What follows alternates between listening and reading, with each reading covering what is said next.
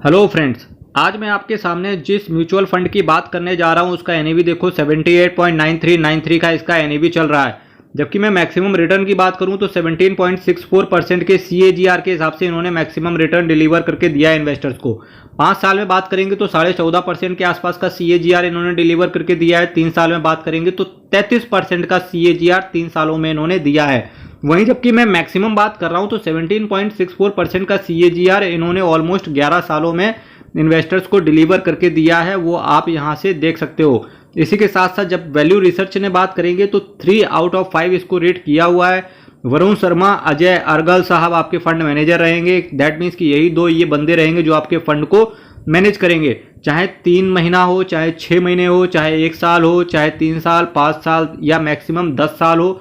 Return अभी जबकि stock market all time high पे है तो इस म्यूचुअल फंड ने आपको कहीं किसी भी क्षेत्र में निराश नहीं किया है अपने इन्वेस्टर को। यही रीजन है कि ये म्यूचुअल फंड इन्वेस्टर्स के लिए एक अट्रैक्शन बना हुआ है। और यकीन मानना मेरे मित्रों, इस म्यूचुअल फंड की बात मैं इस चैनल पर पहली बार कर रहा हूं। वेरी हाई रिस्क रहता है किसी भी म्यूचुअल फंड में आप इन्वेस्ट करते हो। Franklin India focused equity fund direct plan growth की मैं आपसे बात कर रहा था। Once more, Franklin India focused equity fund की मैं आपसे बात कर रहा था।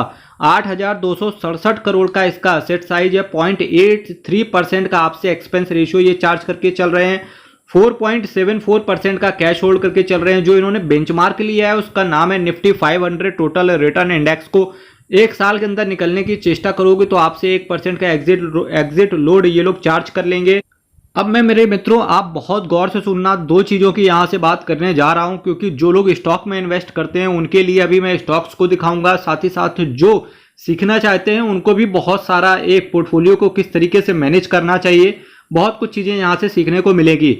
फाइनेंशियल में इन्होंने करीब 32.5% के आसपास का स्टेक इन्होंने डिप्लॉय किया हुआ है। दैट मीन्स मेरे मित्रों, अभी मैं बात कर रहा हूं कि किन किन सेक्टर्स में अगर आप एसआईपी चल रही है आपकी तो किन किन सेक्टर्स में आपका पैसा पड़ा रहेगा, तो वो ये सेक्टर्स हैं: financial, construction, automobile, health care, capital goods, communication, consumer staples, cash hold करके चल रहे हैं। इसकी बात मैं ऊपर कर चुका हूं। Technology services, insurance, energy, metals and mining, materials, chemical, consumer discretionary.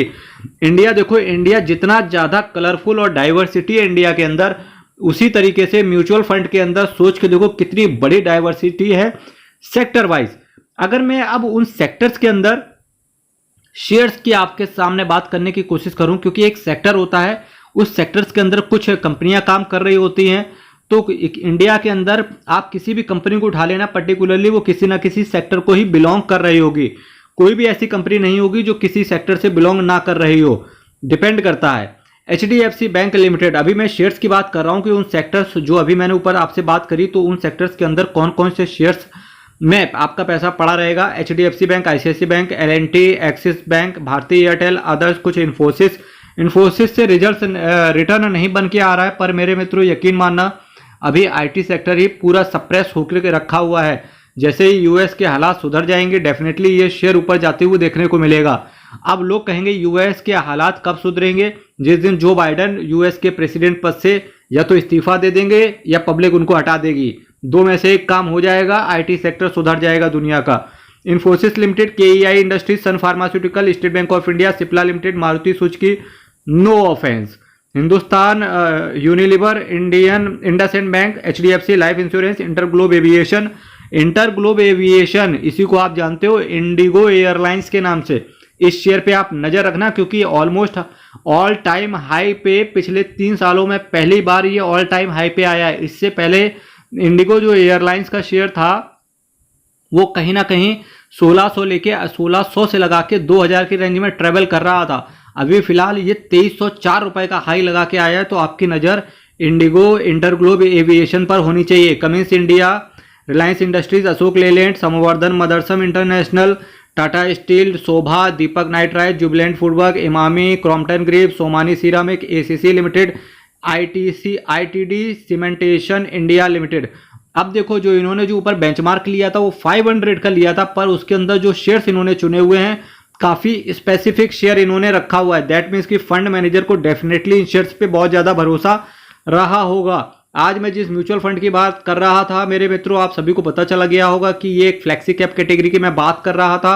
Franklin Templeton mutual fund की अगर मैं बात करने की कोशिश करूं तो देखो टोटल इनका जो असेट अंडर मैनेजमेंट है 65,386 करोड़ का है, वहीं 8,500 करोड़ के आसपास तो केवल इस फंड का है और टोटल 101 स्कीम को ये टोटल मैनेज करके चलते हैं। दैट मीन्स की व्यवहार टोटल 101 स्कीम को ये मैनेज करके चल रहे हैं।